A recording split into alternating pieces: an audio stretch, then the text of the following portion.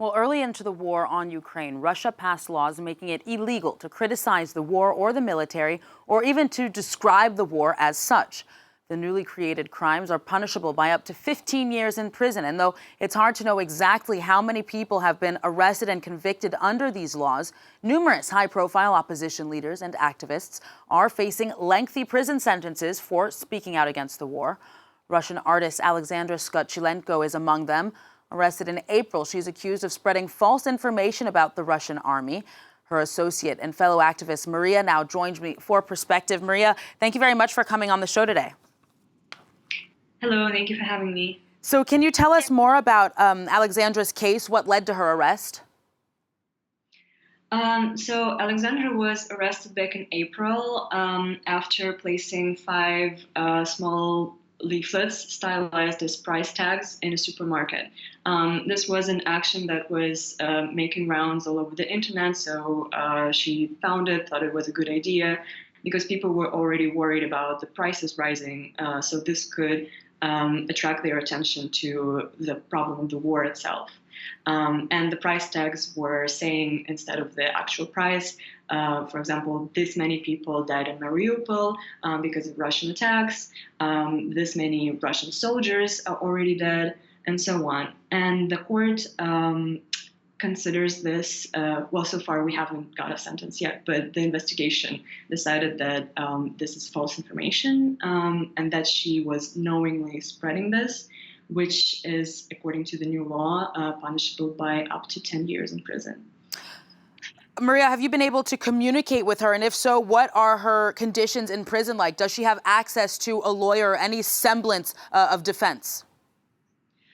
Yes, so luckily she has a very good team of lawyers, although we cannot be sure whether even really good professionals would be able to help her. As far as communication goes, this is a huge problem because she has been in jail for 8 months already, and she has not been allowed a single meeting or phone call to a loved one. But she can receive letters, and we have communication through the lawyer as well. I understand that she has a medical condition that requires her to have a certain dietary requirements. Is she given access to even that? Yes, so she has a celiac disease, which is a severe intolerance to gluten, and she still does not get the food that that is actually safe for her to eat.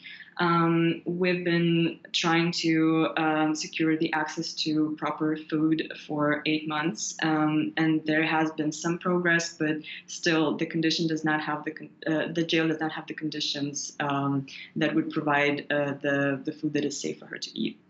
I want to turn to you now, Maria. And my understanding, you're exiled in Kazakhstan, if I'm correct. Do you risk anything there for your activism or for criticizing the war?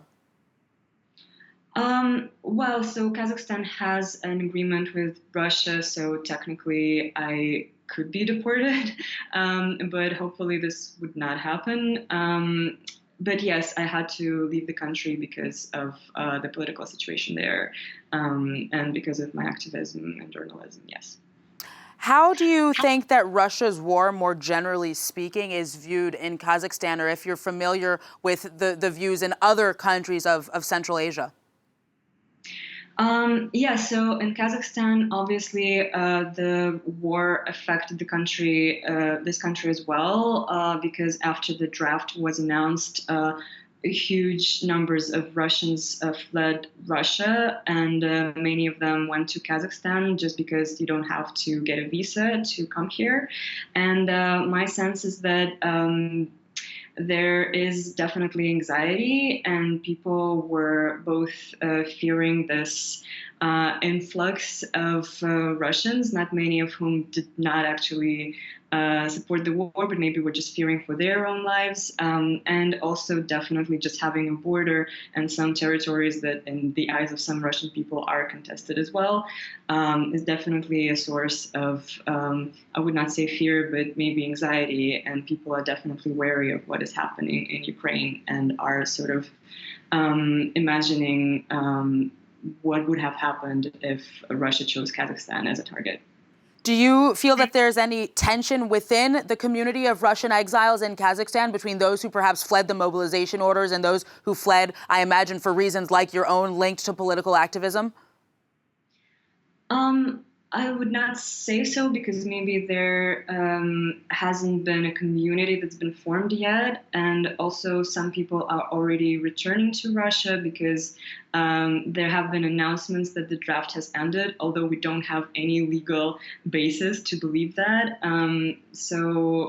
Yeah, the situation is changing all the time. That's what I would say. To finish, Maria, I'd like to know what's your read on anti-war activism now within Russia nearly 10 months in? Do you think that there are still or ever was a substantial number of people trying to do what they can to resist? Do you think there's a generalized feeling of kind of complacency, of powerlessness? How do you read anti-war sentiment in Russia now? Yeah, it's a very hard question, actually, because obviously with these new draconian laws, it is very hard to express your opinion in any way that is safe at all. As we see with Sasha's case, with Alexandra's case, it is a very dangerous thing to do. So I feel that a lot of people who oppose the war are just scared to express their opinion. There definitely are some activists who are doing great things, both in just spreading information and in helping other activists to leave or to get legal defense.